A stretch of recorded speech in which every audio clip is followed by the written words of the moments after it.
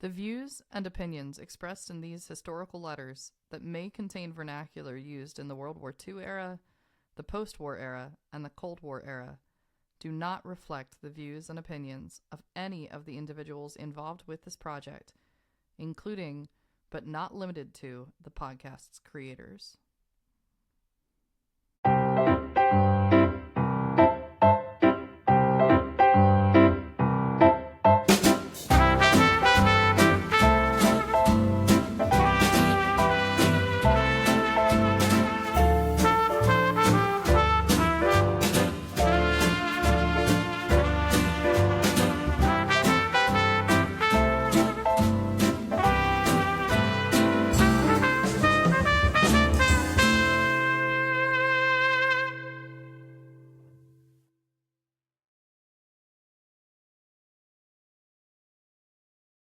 Morning, Jamie. Oh, good morning, Allison. How you I doing missed the this morning? entire countdown. Yeah. Good Oh, man, morning, no. Allison. Good Good morning, morning. listeners from the Mhm. Love Sweetie podcast. I'm on the ball today. Totally. Just going to say it until it's true. Coffee time. Yep. So, ooh, that changed my mug. Oh, you That's did? good. What's this little symbol? We talked about this in the last episode. Guys, this is the symbol, the Liberty Bell with the wings, with the keystone in the background. We must be talking about Willow Grove. Look that one up. This episode, Jamie, called Back to Willow Grove. So we're going to see what's going on there. We got some mentions of Willow Grove in the previous episode, episode 65. We're going to continue where we left off. Hey, before we do that, I actually wanted to bring up the website here because there have been some updates in the photo albums and things like that for the last 4 to 5 episodes or so. There's been a significant amount of photographs added. So I'm going to go ahead and just share my screen and show everybody how to get to these albums because we don't have any photos we're going to show on the screen today.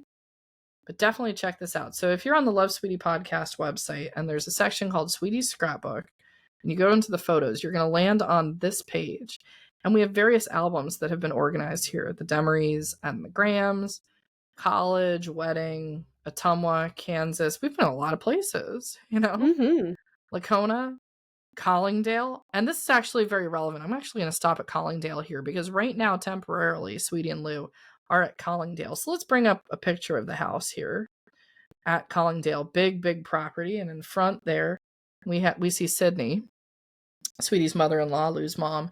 And the woman standing to her left is Marguerite, Joe's wife. But yeah, so remind ourselves real quick of what Collingdale looks like. I'm going to go back to the album here. Norwood, which is that great photo of little Lewis in his snowsuit. And then these are the big albums that have been updated from the last 4 or 5 episodes of content. We have the fall of 1948 photos of Sweetie and Lacona. So if anybody missed this episode, but they want to remind themselves, this is that big project of a house that Sweetie was working on, the shower outhouse and Chester's farm. So we heard about that in the last episode. So what you can do is you can actually click into each of the photos here, and then there are arrows, or I think you can even use your keyboard, and you can just scroll right through them and get a description of each of the photos, which is wonderful. So those farm photos are online. Just wanted to bring that up. And then we've also been dealing with Lew and the Merchant Marine. So the album is literally called Lew and the Merchant Marine, 1949, and all the photos from the episodes, pictures of the menus, the map, and things like that are all here. And this is a pretty extensive album for everyone to enjoy of that time period. So just wanted to go over that with everybody since we're not really sharing any photos today, but it is a good idea to take a look at that picture of Collingdale, put ourselves back on where Sweetie is. But that all can be found at our website at www.lovesweetiepodcast.com. Hey, everybody, please like, share, and subscribe to the YouTube videos.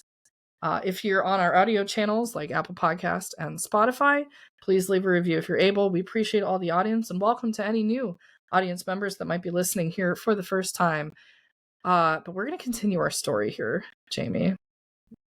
Because we did last week leave off on kind of like a little cliffhanger. Yep. Sweetie had asked a whole bunch of questions of Jeanne. And she was also trying to get a house Yeah. So she found something that she liked. They were able to, they can get a GI bill to help Mm-hmm. pay, a GI loan to help pay for the house, Yep. but they need a little extra. Mm-hmm. So this is kind of exciting because it's a lot different from the first time that Sweetie came. Right. They are looking to buy, not rent Mm-hmm. this time. So it's definitely feels like a little more permanent. Mm-hmm. And they did find something that was very close to Willow Grove. Yeah.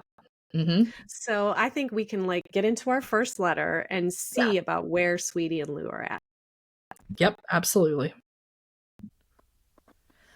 936 Springfield Road, Collingdale, Pennsylvania, July 25th, 1949.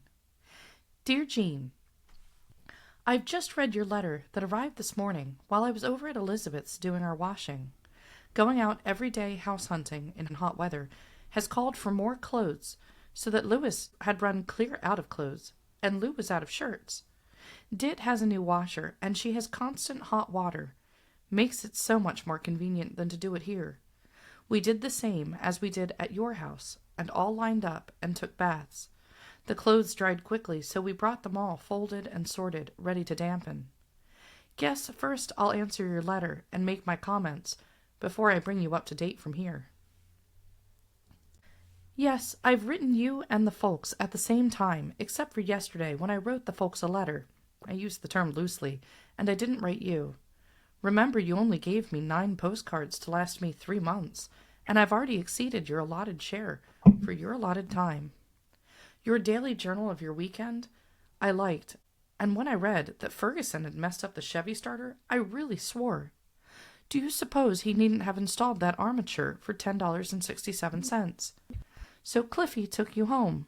You hardly said more than that, and I was disappointed. Making like the Sphinx again.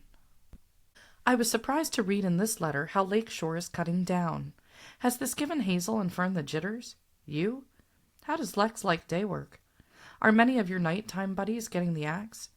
They are laying off here, too, in big organizations and small, too, so I can't help but be glad I didn't try to drag Lew away from his familiar territory. Aren't you smart to ward off chiggers with soap? And was I surprised to read how many berries you'd picked? I wish I'd been there to help can, then at least. And no doubt I'd have enjoyed ousting the poachers. Egad, fistfights and all. Did you witness the fray? I always seem to miss such things and have to get the gore second-hand. What sort of a jerk would pull a trick like that? And how gullible can these girls get? What did Cliffy say about it? Lew didn't say much about the loss of weight. He did say, "You have lost weight," when he saw me in pants and brassiere, but you know Lew, he doesn't say much anyway. But even knowing that, as I do, I was somewhat disappointed myself. He said I had a lot of clothes while I was unpacking, but when I put on that pink striped dress, I had to ask him how he liked it before he said anything about it. Quite disappointing. It would be nice if he at least did as Cliffy does. I decided Louis would take it, flashlight, apart on the train and let some pieces roll away or something. So rather than arrive with a flashlight ruined, I decided to leave it whole and let him enjoy it at times, like he has before. He had so many other things, he didn't even miss it or mention it, and I still think it was the smartest thing to do, though I do appreciate your offering it. Well, that's that. I've tried to comment on your letter, aside from the note to Helen that I will write, if you'll quick send me her address. I believe if my memory hasn't deserted me, it is Columbia Avenue, but I need her house number, and is she addressed Highland Park, or is that Des Moines? Well, if that ain't your D.A. for getting the potentate's corsage, boy, are you an egghead. And this letter from Mama, received with this one of yours, says they did wear formals, everybody but her, and a couple others. Jerk. Okay, there's a lot happening here in this letter. Mm-hmm. Some of it, we just don't have the context for what Jeanne was asking, because she makes it quite clear she's answering a lot of Jeanne's questions. But she Mm-hmm. makes mention of a few things here, and we can just sort of glean some information. One, Jeanne's still with Cliffy, so Clifford's still around. So there's that. Cliffy. Yeah, I yeah. like that. Also, she mentions Lakeshore. So Lakeshore is where Jeanne has been working as the RN. And she had worked on the night shift. She went to the day shift, and there seemed to be layoffs and cuts going. But there also seemed to be a lot of places cutting people and laying off people in the East, which means there's some sort of big employment concern that has to be going on, at least in a portion of the country at this time in 1949. I haven't delved too much into that subject of like employment and what was happening with that, but this is more than just at one company. So clearly there's something going on society-wise there. And then we get mention of a lot of other individuals here. We get a mention of a Helen. We get a mention of these other individuals all in Jeanne's life. Not really too much information. I was thinking maybe that Helen could be in reference to Helen Frances, which is one of Sweetie's cousins. But she usually, when she writes about Helen Frances, she specifically writes Helen Frances. So I think that this is somebody that she knew in Des Moines because she'd just been out there for a year. So she's more in the know with everything. On the same side, though, we get Sweetie's attitude with things. She's like, oh, I missed out on the scene. I missed out on the drama. We get that little hint. And then she gets upset with Lew again, where she's just like, come on, dude. Well, with that, he definitely, it has those feelings inside of him. We saw that from his Merchant Marine letters. Yeah. And being in person now, it's different. Sometimes an encouraging word like, I would really like it if you would notice my dress, or it makes me very happy when you compliment me and tell me I'm pretty. And like, it's not always apparent to men. So I feel like, yes, I can understand it is a little disheartening when you don't have him looking at you. But also remember, he's been on a boat for 7 months. Yeah. He probably forgets how to talk to his wife. Yeah, it's been all the guys on the boat. So. Yes, he's been in a different environment. And I do feel sad for her, but also giving him a little bit of encouragement would go a long way. Yeah. They don't, those kind of things do not always occur to men. We also learn a little bit about Elizabeth with her fancy house and her fancy washing machine and her fancy hot water heater. Yeah, so that was nice that she's able to go over there. Do you notice too, they talk about Elizabeth sometimes, and now it's Elizabeth, and last week it was Dit. Yeah, it switches. It's interchangeable. It does. Yeah. I'm wondering if that indicates the certain mood at that point in the week that they're thinking about Elizabeth. But I'm not sure. It's also, it could just be the convenience of the shorter name versus the longer name. It's just easier to write or type it. So it's hard to tell, but it's notable that she's saying Elizabeth. Maybe because she's more thankful for Elizabeth because of the use of the washing machine. And mind you, she's coming from a year of like outhouses and like not indoor plumbing in homes. To like a washing machine, like, oh, this and hot water, this is nice. So I wonder if that had any bearing on her moving back. Like, ooh, I remember having a bathroom inside the house. That was a lot nicer. It's a nice perk. It's a nice perk for sure. But then we end this part of the letter where she discusses. Can you say that word again? Because I can't say it. Potentates. I'm not even gonna try. But she talks about that, and I guess that there was a little bit of miscommunication because she did not wear her formal or have a corsage. Oh goodness. Yeah. That seems like a little bit of a, what do you call that? Yeah. Faux pas. Yeah. Is that right? Is that correct? Yeah. That's a perfect use of that. Okay. Yeah. So. Okay, so we got through all of the answering. Let's move on to the meat of the letter. Yep. I wrote the folks yesterday about the house and that I'd asked you for money. I described it to them some, of course, but that's hard to do. We haven't heard from it yet. That is, the government appraiser hasn't turned in his estimate of the property, and everything is at a standstill until that comes through. The real estate agent doesn't think it will appraise as high as the builder has priced it. If it doesn't, he will have to cut his price to meet the appraisal, or else refuse to lower it and sell to a non-GI who can meet his price. It is a brand new house. No wallpaper or paint at all on the walls. They probably take off for that. There's no laundry facilities at all. In the cellar, no tubs, not even hot water faucets, the idea being to install an automatic washer in the kitchen. But the agent thinks they'll have to make an adjustment for that. There's no guardrail on the cellar stairs, and I hope they make them adjust for that too. If it all goes through, I believe we will buy it, because there's no other way to find a place to live, if you can loan us some money. I hope you'll answer this soon, and tell us if, and how much. Dit and Bob are fine, and I don't believe I ever saw as nice a baby as Bobby and Dee. He sleeps most of the time, rarely cries, and plays and coos to himself. He sure looks like Bob, and he sure is pleasant.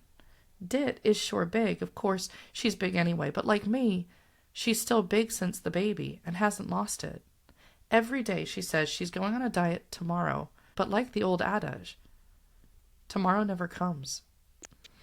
Marguerite is coming from New York next Friday for the weekend, leaving here Sunday or possibly Monday. Joe is in summer stock in Maine, so will not be home. I must wash and pin curl my hair before she comes, and do wish you could fix it for me. I may ask Tit to do it. I'm real pleased with your workmanship on my permanent. I asked how yours was, but shudder to hear your answer. I'm afraid I'm gaining weight through inactivity, and I'm afraid to get weighed. I've been having a real sore throat, and must ask for ASAs and sulfas, I guess. More later. Much love, and I sure do miss you, especially on Sundays. Always my bad day. Love, Sweetie. So we learned that Dit had a baby. Yep. Her and Mr. Brown. And Lew, I believe in the previous episode, he said he thought it was going to be a girl.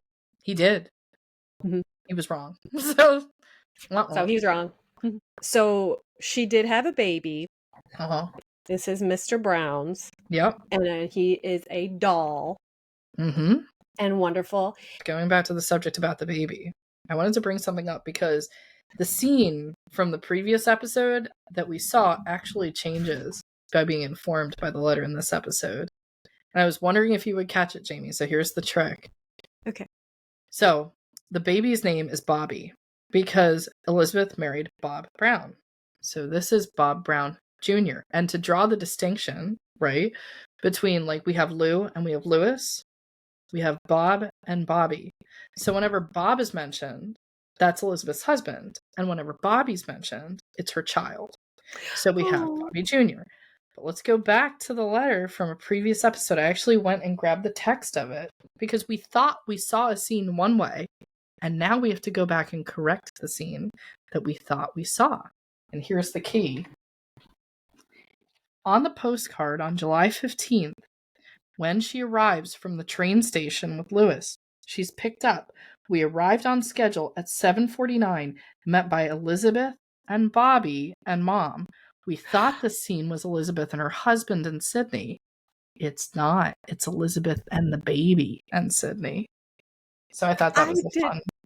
I had no idea. Yep, we can only be informed by that in the later letter to then reevaluate the one that we heard. So, like, I like the idea of, like, we have this mental picture, and all of a sudden one person vanishes from view and the baby subs in. So I understand what you mean. Yeah. That is so sweet. That is so cute. And I'm really glad, too, that we have so many Bobs. It's just a very popular name. Yep. I'm glad that we have a distinction between Elizabeth's husband and Elizabeth's son. So, yes. But this is sweet. You know how much I love babies. Yay, Dit. Congratulations on your little boy. So, but then we also, right. Just like buying a house in today's world, they're waiting on an appraisal. They're waiting on the appraisal. And this is where it's going to be tricky because they're waiting on a government appraisal because it has to do with a loan specifically from the GI Bill. So it has to meet certain standards of an appraisal. And then the seller, the builder, can decide, I'd rather not sell to a GI if I can get the higher cost and not deal with this appraisal. So it adds that element of uncertainty into it because the builder, of course, wants to get as much money as he can. I think the builder then has to weigh, is a standard appraiser that's not a government appraiser, if he's to sell to a non-GI, going to call out the same thing. And I don't know what the laws were, but if you have an appraisal done on a house and it finds things and it names things that need to be fixed, then you must disclose that. Right. If your original seller does not. Yeah. This is very complicated, and many people have been through this situation of buying a house and understanding all the complexities of it. And now her and Lew are going through this process together, and I definitely feel for him. Ugh. And so we don't know with this letter. First of all, a couple of the unknowns is that we don't know if Jeanne was able to loan them any money. Right? We still don't know. Jeanne, stop being we have no idea. Like, that's only used to me. The Sphinx. The Sphinx comment. Oh, yes. She used I like that. I'm really glad that you clarified that she's being mysterious. That was funny. Yeah, yeah. But we don't know what the house is appraised for. We don't know like if Jeanne's going to be able to give them the money. Yeah. And everything's still pretty much up in the air with this letter. So I would really like to move on to the next one and see what happens. Oh yeah. Moving forward. July 29th, 1949. Dear Jeanne, I called the real estate agent today to see if he'd heard anything about the house. He said he might hear yet today, and if not, he'd have word by Monday, which means we will need to hear from you. In plainer words, we'd need the loan very soon afterward. I had hoped to hear from you by now, maybe a letter today or tomorrow yet. I said we'd need at least $750, and I'm worried for fear you can't make it. I wrote to the folks about it, and perhaps they'll make up the difference. We've continued looking every chance we've had, and we haven't found anything as good for that price. Well, anything as good, everything considered. Daddy wrote B had stopped to say she was vacating the house, and I'd have to get the stuff out. So please do this. Call Kessel. Ask if they can get it out soon. Don't give them a date yet. Find out if we'll have to wait for 2 or 3 weeks, or if they can get it out on short notice. I should know in a day or two, possibly yet today, if we get the house. If we do, I'll want our stuff taken directly there, rather than here and retrucked the 30 miles up there. Perhaps they could take a shorter route to there, and save us some besides. Tell them you want to know how soon they could pick it up, and in a day or two, you'll tell them if there'll be a change of address. Please call and ask that the Office of Vital Statistics mail me an airmail a copy of Lewis's birth certificate. I have to have one to apply for an allotment through the Navy. They may not let you do it by phone. I'll put it down on the bill, the cost of the photo. Statistic, you write how much it is. Also, I wrote to the folks to hunt in that cedar chest, down low, center front, a little to the right, for some of my papers, receipts, letters, income tax, etc., for a leather-like folder containing 2 copies of our marriage certificate. I have to have one of those 2 for the application. The sooner I have them, the sooner I'll get the allotment. Lew went back to Willow Grove the 27th and seems to think he's done the right thing. There seems to be a new regime, and everyone is content, and said he was smart. He did have lots of friends there who have greeted him and wished him well, and of course that means a lot. I hope he will be happy. It is a long, arduous drive from here twice a day, so he is very anxious to have this house approved for us. It is ideal in location, seclusion, and while it isn't quite the dream house Maida and Frank have, it would seem so to me. I'm going to take 1 and possibly 2 welfare babies or children. 2 of them would go a long way towards paying off the house, and with that house I believe I could do it, with some dexedrine to help, if this does you any good. I'm eating too much and can tell I've already gained pounds. Marguerite is coming tonight to be here either till Sunday night or Monday. I'm not sure. A note now would be best, as there may be too much flurry while she's here. I haven't written to Sister. I wish you'd apologize for me. I'll try to do it soon, but until this house thing is settled, I don't know my own name. Right. I'm sure exiled from all of you, and I must know the folks are well. Love, Sweetie. Oh, there was so much in that. Jeanne writes her soon. Write to her soon. Do not leave her in suspense. Now is not the time to play games, Sphinx. One thing I remembered from the previous letter before we forget about it, because we have a mention of Marguerite right at the end of this. Note it's not Marguerite and Joe, because Joe's in Maine at Summerstock. This is going to come up pretty frequently in the letters. He goes to Summerstock in Maine a lot. This is a big summer theater productions, and Joe's an actor. That's why he's up there. He's doing acting gigs in Maine on the stage. So he's not in the scene right now. But I didn't want to forget that if people were wondering what that was and why Marguerite's by herself at this I time. do like, though, that Marguerite has decided to come down for the weekend to spend Mhm. time with her in-laws. That's very Yeah, nice. And I yeah, mean, it does seem that her and Sweetie have a good relationship. And, they do. it seems like she has a very good relationship with her in-laws, which Hmm. is nice, which is Yeah, very nice. But there's just like so much in this letter. Like they seriously are on the cusp of getting this house. they're really And close. this is on a Friday. So Hmm. Marguerite's coming down on a Friday. Hmm. So then you got the weekend. Hmm. Wait, I wait, can't even wait. imagine the suspense. Yeah. And it's so perfect for them because we do now know that Hmm. Lew is back at Willow Grove. So does this mean that he is back and that he is re-upped with the Navy? That's correct. He has rejoined the Navy. To catch up our newer listeners, Lew was in the Navy from 1942 to 1948. He's already served 6 years. We also get this hint that maybe he left because they mention the regime change. Maybe he'd previously been at Willow Grove right before he left and went to Iowa and then did the tour with the Merchant Marine for about 6-7 months there in the earlier part of 49. There may have been some leadership that were upsetting some of the guys in 48 that helped with his decision to leave when he did. Now he has returned, and it's like some of the guys he knew are still there. And so he's in a familiar space. He's feeling good about what he's doing. And yes, he's absolutely back to Willow Grove, which in this case is Naval Air Station Willow Grove. He's back in the Navy, anchors away. I believe anchors away. Well, this is really nice. It honestly feels like that's a very good Hmm. move. And Yeah. she even mentioned, she said, Hmm. what'd she say? He seems to think he's done the right thing. Yeah. Hmm.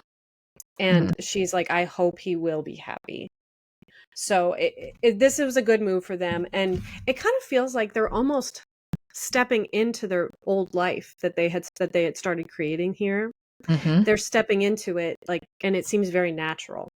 Yes. And him going back to the base and being welcomed Right. and learning the good news that there's new leadership, Hmm. and that I'm sure that you're right, it did have something to do with his decision to go to Iowa. Yeah. But this is all great, and she is so excited about this house, and she wanted something nice, and she's just like, this would be perfect. Mhm.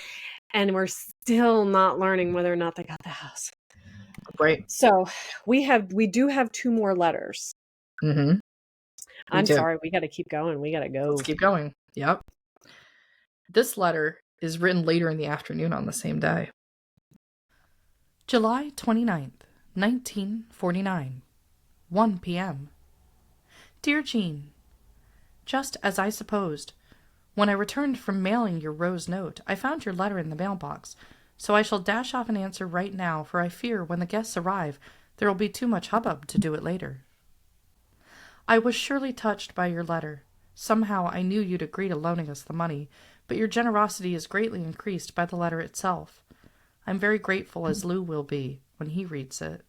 We both love you and appreciate all you've done and do for us. I wrote this morning to ask for the full $750. What this letter says you can't send.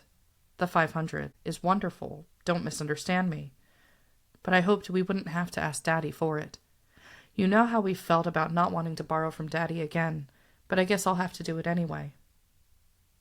You said Lakeshore and I are parting company the 14th of August. What, no Gore? How come? Is that your decision? Were you laid off? What about Hazel and Fern? Do write and tell me what happened. What did you say? And what did she say? I'm glad you wrote, as you did, about buying the house. I've been seeing in your searching that the only way to get a house was to buy it, and it is cheaper to pay monthly payments than to pay rent. But it does me good to have you write it as you did. I shall do as you say, and not write about the debt in woe-begone way, but I shall endeavor to pay it off as quickly as I can. I do feel somewhat guilty to ask for it when you'll be in the process of changing jobs and perhaps need the money yourself, and yet I see no out. I couldn't help but laugh over your marrying a bum with no pot to pee in. It could become a classic, as each time I think of it I could giggle. However, in such an event, our roof is yours. My hair is okay. I didn't mean that as a complaint. I get lots of compliments on it, and I'm sure glad you did it for me. I'm glad the cream oil Charlie helps yours. Actually, I've felt worse about yours than I ever did over mine. I've been taking Dexy, quite heavy. I've still been eating lots and gaining. I sleep like a log, but it makes me much more patient and things go much more smoothly than they otherwise would. I often clamp my mouth shut and say to myself, I'll go take a programin. My disposition doesn't suffer so much from lonesomeness and worry, and after I left you, I was surely grateful to have it, or I'd have tucked my tail and hurried home again, I fear. I'm surprised Aileen hasn't been back. Keep me posted? I'm beginning to think she'll ask to come back and stay. Send me Helen's address, and I'll send her a rose note at least. Marguerite is in Philadelphia at 30th Street Station.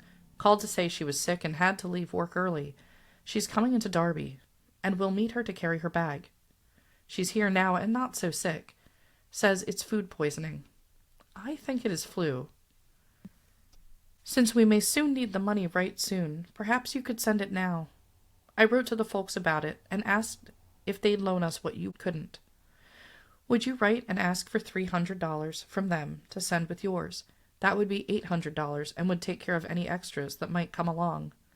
I don't know what would be the best way. Money orders charge too big a tariff. I don't know about cashier's checks. Ask and do it the best and cheapest way, and perhaps the sooner the better. Ask about telegraphing. It would be quick, but I'll try to write as soon as we know anything. But now, think, when things start to move, they'll move fast, so perhaps you'd better get it done at once. You can write to the folks quicker than I, so I ask you to do that for me. Maybe cost too much, too. Love, Sweetie. So, Jeanne did agree to loan her not $750 but $500. Yep. Which is unfortunate. She's stepping away from her job at Lakeshore. Yeah, there's a job switch here. Mm-hmm. Mm-hmm. Her reliance on Jeanne, and Jeanne always comes through for her. Mm-hmm. There's never a time I've come across in any of the letters where Jeanne does not come through for her sister. And I love this line where she's like, if anything's anything, you'll always have a home with us. Right? That's essentially the line. Mi casa, su casa. That's it. And she means it, definitively. Their sibling relationship is the strongest I've ever heard about, ever. Like, they're just, Jeanne is there for her, and Sweetie always buries her pride to ask what she needs to ask for, to have a better life, and to do what she needs to do. Now, she didn't want to go to her dad and ask for money, because Chester's judgmental. He's going to do that. But Chester's also always come through. And if it means the difference in them having a home and buying a house, and the difference is $300, mm-hmm. Yeah. I mean, I think the moving fee was $250 to move their furniture out to Iowa. In that same perspective, it was somewhere around like $3,000 today. So if the difference today is what, like $4,000? That's it. Like, yeah, you're going to help out your kid for $4,000 to get a house, mm-hmm. and to get settled in this dream home that she's envisioning that's so close for him being back at the base. So it's, yeah, I just love that sibling relationship, and I love that Jeanne, she always just comes through. In the previous letter, actually, one of the previous letters of today's episode, they talked about Kessel's, the moving company. And she's also like, hey, we need to time this right so they don't deliver all our furniture, which is clearly being stored in Iowa, to Collingdale. They don't have to pay another truck to then figure out how to move it from Collingdale to this location if they get this house. So timing is going to be important. And everything is all up in the air. Mm-hmm. And communications are not immediate, mm-hmm. as they are in today's world. So, like, right. Even though it only takes like a day or two for letters to get out to Iowa, which mm-hmm. we've seen, it's still like you don't have that immediate. You can't call. Oh yeah, there's no phone. Can't say, hey, Jeanne, Venmo me $500. Well, yeah, I got to pay for this fee. Can you PayPal? Can you just go to the bank and yeah, that definitely, it's a different story. It's a different mm-hmm. story. It's a different time, but it's the same. Yeah.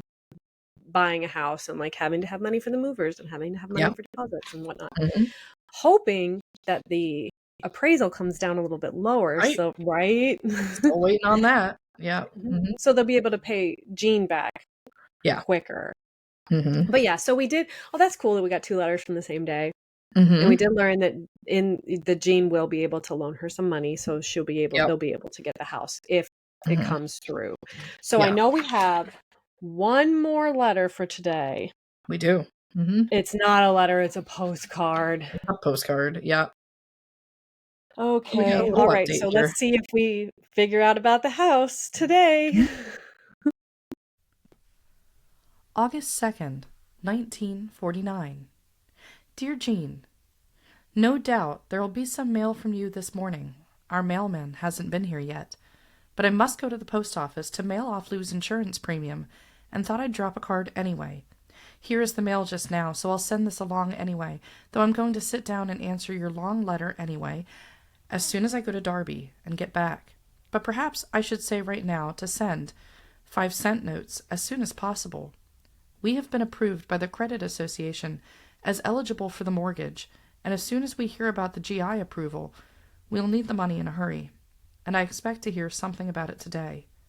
I'll stop here and write to you as soon as I get back from Derby. Love, Sweetie. So we're ending this episode on another cliffhanger. Oh, that's so unfortunate. Yeah, but we get a big piece of news here. Mortgage was approved. So, checking those boxes for buying a home. You know, this is the process. It's interesting, you know, if people were wondering, was buying a home in the 40s in the same sort of like long process that it is today, right? You got to get your loans. You got to figure out what you have to put down on it. You've got the settlement fees. You've got the mortgage. You've got the real estate appraisal. It really hasn't changed. Like these boxes are still being checked today for all of that. But yeah, this one was important to include because it checks off the box of like mortgage. Okay, approved. We haven't heard yet about the appraiser. We're hoping that's going. But the last letter is the 29th, so you can see the progression, right? This is only 4 days later. Did she hear from the appraiser? We don't know. Still, the mail didn't come. Nobody's talking. Yeah. Ooh. And that is all of the letters and correspondence that we have for today. So maybe perhaps next week we'll find out if they get the house. We will certainly hope that we're going to find out. We're going to hope with Sweetie, fingers crossed, that they're going to get this house near Willow Grove. And with that, thank you everybody for listening to the Love Sweetie podcast. And we'll see you next week.